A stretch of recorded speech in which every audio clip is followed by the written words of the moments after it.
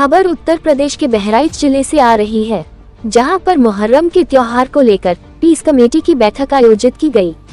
आपको बता दें कि जिले के इंडो नेपाल सीमा स्थिति थाना नवाबगंज में आगामी मुहर्रम त्योहार को सकुशल संपन्न कराए जाने को लेकर थाना नवाबगंज के परिसर में नायब तहसीलदार नानपारा अक्षय कुमार पांडेय की अध्यक्षता में बैठक आयोजित की गई। बैठक का संचालन थाना प्रभारी निरीक्षक रमाशंकर यादव ने किया। हिंदू मुस्लिम धर्म गुरुओं, संभ्रांत गणमान्य व्यक्तियों के साथ पीस कमेटी की बैठक का आयोजन किया गया। बैठक में क्षेत्र के संभ्रांत लोगों के साथ संवाद कर ताजियादारों से क्षेत्रीय समस्याओं के बारे में जानकारी ली व उनसे सुझाव भी मांगे गए। पहली बात तो बहुत बहुत धन्यवाद है। और इसके पहले मैंने किसी पीस कमेटी में इतनी भारी भीड़ नहीं देखी है। तो ये दर्शाता है कि आप, अब जैसे कि एसओ साहब हमारे हैं, इनकी लोकप्रियता को भी दर्शाता है और आपकी सजगता को भी दर्शाता है कि आप भी प्रशासन के साथ आप भी अपने त्योहार को सौहार्दपूर्ण और समझदारी के साथ मनाने के इच्छुक हैं। तो हम लोग जो मीटिंग करते हैं तो जो लोग आते हैं वो अपनी बात को ले जाकर के उनके तक पहुंचाते हैं कि ये निर्देश है, ये जो है पालन करना। और ये कोई नई परंपरा नहीं है, ये पुरानी परंपरा बहुत दिनों से चलती आ रही है। लेकिन ये मीटिंग होता इसलिए है कि कोई समस्या कहीं हो तो उसको तत्काल पहुंच जाती है सूचना। अब धीरे धीरे अपने क्षेत्र में वैसे बहुत ही हम लोग सौभाग्यशाली हैं कि अपने क्षेत्र में किसी भी त्योहार में कोई समस्या नहीं। फिर भी समय बदलता है, स्थान बदलते हैं, जनसंख्या बढ़ रही है। पहले बहुत चौड़े चौड़े रास्ते छूटे रहते थे, धीरे धीरे घर बनते गए, लोगों को बिजली के तार रास्ते में तमाम लटक गए। तो उससे क्या है कि कहीं कहीं दिक्कत होती है। तो हम लोगों का जो पहला प्रायोरिटी है कि जो ताजिया बनाई जाएगी उसकी ऊंचाई हम लोगों को लिमिट रखना है। ऊंची ताजिया नहीं बनानी। ताजिया जो है 8 फीट 10 फीट तक जो है बनाई जाए, जिसे आसानी से ताजिया ले जाने में भी आसानी। और आज के समय में कोई ऐसा मैदान नहीं है कि जहाँ पे आप बहुत ऊंचाई तक ताजिया ले जाएंगे। आप घर से निकलेंगे, मोहल्ले से निकलेंगे, कुछ नहीं मिलेगा, बिजली तार मिलेगा। बिजली तार केबल सबके घरों पर लटकी है। तो वहाँ पे जगह जगह समस्याएं आती हैं।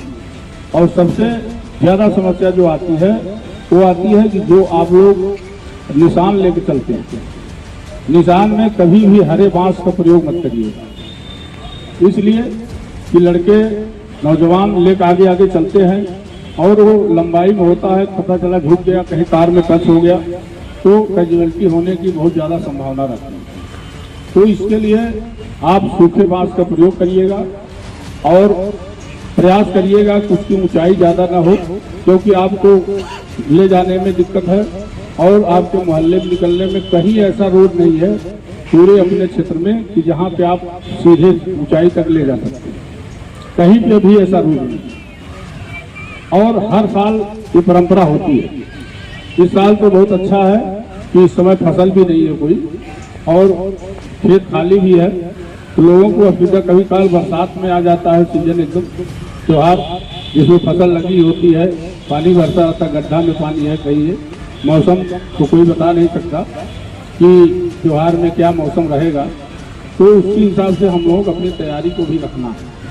जैसा कि आप सभी लोग जानते हैं कि जब भी कोई त्योहार आता है तो ये प्रशासन की जिम्मेदारी है कि उस त्योहार से पहले उस त्योहार को लेकर के अगर कहीं कोई समस्या है, उस समस्या को सुलझाने के लिए कि कोई समस्या ना आए, इसके लिए हर त्योहार से पहले पीस कमेटी की बैठक बुलाई जाए।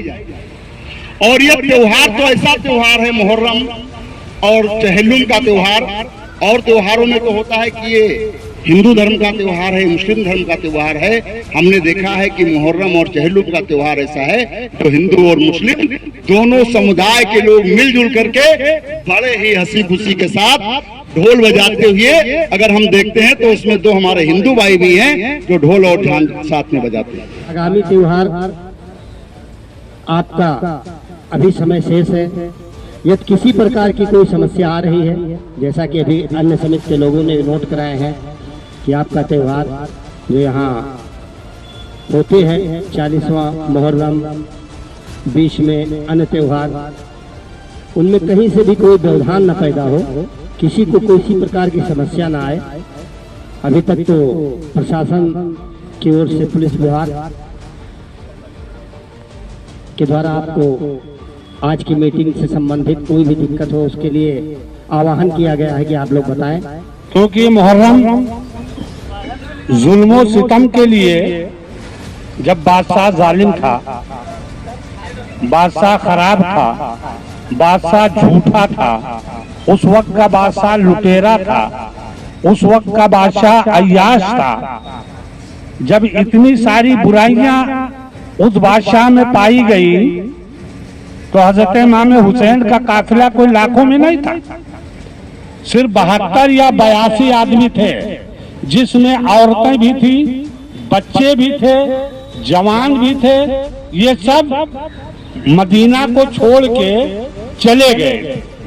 किस वजह से? सिर्फ वजह एक थी कि बादशाह कहता था तुम हमको बादशाह मान लो, तुम हमारे हाथ पे हाथ दे दो। तो उन लोगों ने कह दिया सर को तो कटाना गवारा है, लेकिन तुम्हारे हाथ पे हाथ का देना गवारा नहीं।